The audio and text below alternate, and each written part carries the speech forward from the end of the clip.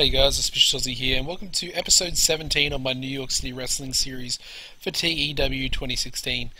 This is, of course, the Spring Breakdown event, and without further ado, let's get straight into the show. Again, starting off with the Man Mountain Cahill promo highlights package. It's not really a promo, is it? It's a highlights package, recapping the recent matches and angles of our last event, although it's not really of our last event, it's more looking forward to what we're going to see tonight. Yeah, 100A star, good start, kind of expected. The first match in the card, and about that had decent wrestling but didn't have much heat. Marsh Stranger defeated El Serpiente in 8:29 by submission with a Cobra Clutch. Once again, I think this is the second time these two guys have versed each other. Once again, Marsh Stranger getting the win here with a 56 C- to open the show. Awesome. We then go into a Ross Henry promo, cutting a promo on his opponent in the match up next, who is Seth Whitehead. Gets a 96 A star. Awesome. The match itself is really quite bad. Not enough selling shown and lack of psychology. In a bout that had good heat and decent wrestling, Ross Henry defeated Seth Whitehead in 10:27 by pinfall with an Earthquake Power Slam, and a lack of flow as well. Fair enough, interesting. Ross Henry got a in-ring performance of 70 though, and Seth got a 40. So I don't know. The match probably should have been a little bit better than that. Just a regular match, but he gets us a 38 D-, so not a great rating there. Going into the next match though, picks it back up a little bit. In a decent match, Old School Principles defeated Xavi Ferreira and Crockett Tubbs in 10:20 when Rick Sanders defeated Crockett Tubbs by submission with a figure 4 leg lock. And as you can see, everyone pretty much had the same sort of in-ring performance there. Any worker improvements? Yep. Okay, Mars Moller still improving in technical and performance skills. And that's a 53 C-. We then go into a Boys from the Yukon Menace promo, just a generic tag, gets a 65 C. They then go into the cooldown match, which is Brooklyn's Finest versus the Boys from the Yukon. In a poor match, the Boys from the Yukon defeated Brooklyn's Finest in 8 minutes when Howlin' Mad Mort defeated Hawkeye Calhoun by a pinfall with a timber. And we need to change Whitehorse Whitaker's gimmick because he's getting a little stale. Okay. And of course this match brought the crowd back down. No worker improvements, 43 D. We then have a Man Mountain Cahill promo on his opponent tonight. El Midico gets a 96 A star. Got the angle hotter after the last cooldown match. And their match gets a 64 C. It's pretty impressive for Cahill. And I should mention we also signed him on a new deal for another year. We got rid of the... Okay, so he had Never Lower Than Main Eventer, Creative Control, and I think Covered Travel as well. So yeah, we renegotiated. We got him actually cheaper, but he's only to be involved in in-ring work and for A shows and TV shows. So yeah, pretty decent, and also no travel for him as well. In a bout that had good heat and decent wrestling, Man Mountain Cahill defeated El Midico Jr. in 6:51 by pinfall with a mountain topper. During the match we also had Savage Tiger Jr. run in and attack Michiko. Okay, so basically Savage Tiger just ran in and cost El Midico the match, and Man Mountain Cahill capitalized and won. Pretty simple. 64 C as I mentioned. Man Mountain Cahill was off his game. El Midico with a performance of 74 in the ring, and El Midico improves in performance skills. Awesome. Okay, that was a lot better than I thought it would be. It's probably going to screw the rating of the main event actually. This isn't the main event. We do have a tag team title match for the main event. You guys can probably guess who it's between, which two teams. In a bout that had a great heat and good wrestling, Ernest Youngman defeated Steve Flash in 10:23 by pinfall with the hit. Ernest Youngman makes defense number 1 of his NYCW Empire title, 76 B-. Yeah, Steve Flash needs a new gimmick because his current one's getting stale. Ernest Youngman had a performance rating of 85 for his in-ring skills. or for his in-ring performance. And Ernest Youngman improves in flying skills as well. So awesome. He then cuts a 91 promo on Steve Flash. Okay. Alright. That's a little high.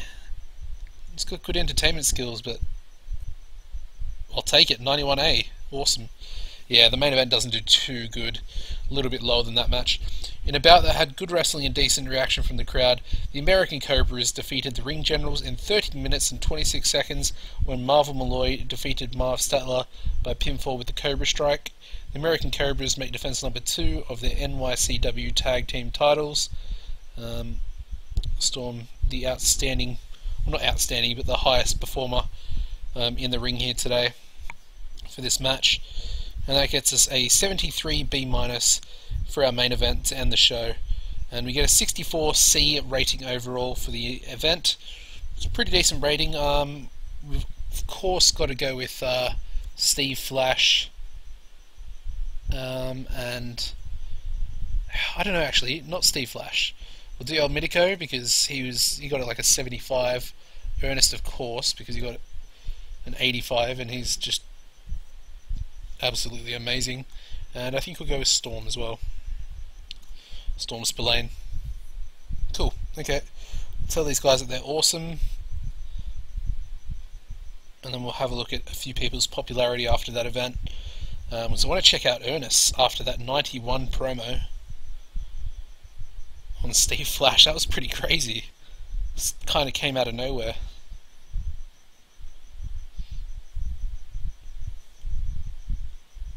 Come on, hurry up.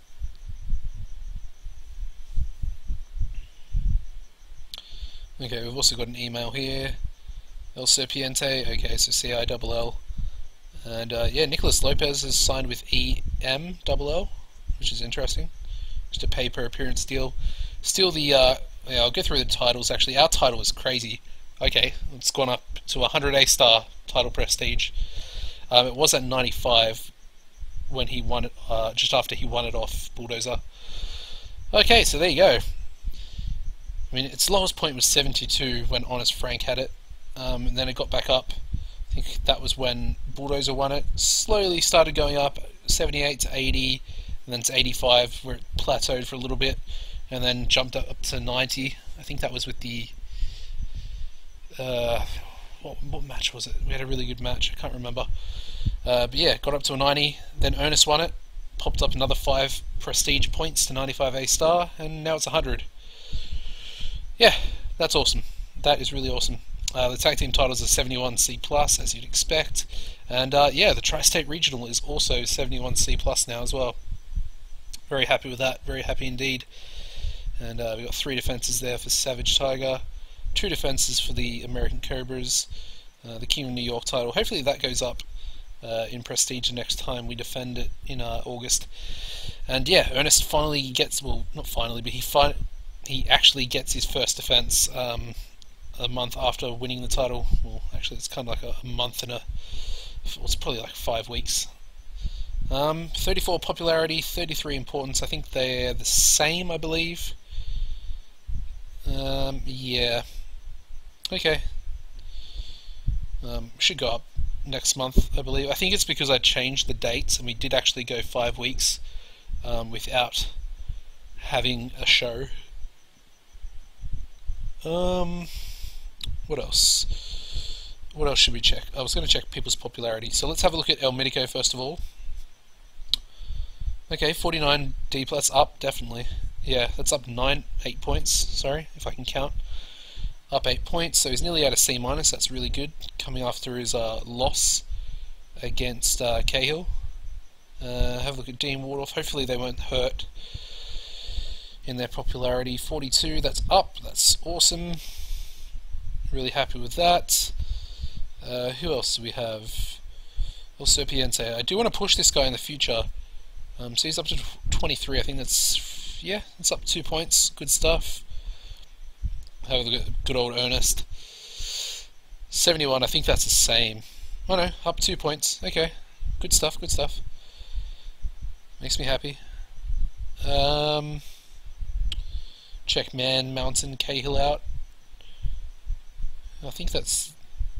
Oh, okay, he's up 1 point, which is interesting because he does cut those 100 A-star promos.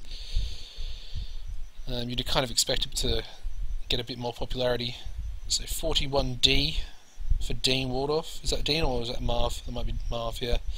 So he's up as well after that tag team match. Marvel Malloy, 50D plus, up 5 points. It's awesome. Stranger got the win, the opening match. They're his skills. I wasn't supposed to click on skills, was I? Okay, so 36D minus. It's up 3 points. Okay.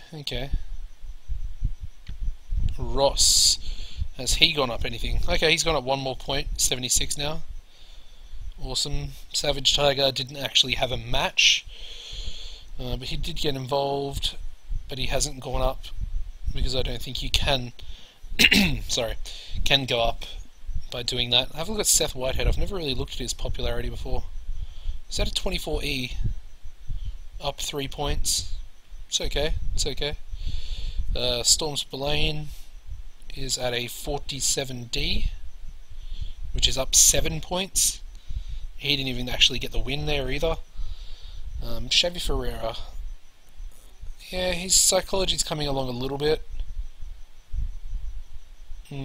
Okay, it's not exactly progressing as quickly as I wanted to, but I haven't really been using him all that much either. And the last person we'll have a look at, Steve Flash. 46, that's definitely up. Yep, up 3 points. Awesome. It's good when you can give your main eventer a loss and he goes up 3 points in popularity. I really enjoy that. We do need to use Logan Wolfsbane though. He's an upper mid-carder. He does have decent popularity, so could probably put on a good match with a few people. Anyway, that's going to be the end of checking out the people. There's one more thing I want to go over. Relationships. So yeah, Pittsburgh Steel Wrestling and Rhode Island, or RIPW, Rhode Island Pro Wrestling, SWF's developmental company.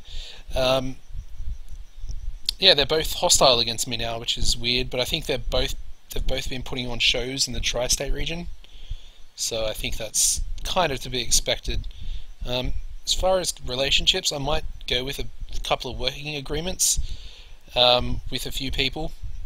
I'm thinking about maybe TCW or US Pro, one of those two, and maybe a Japanese company, maybe Burning Hammer, because they like to take my people, take my wrestlers, and I might be able to get them back.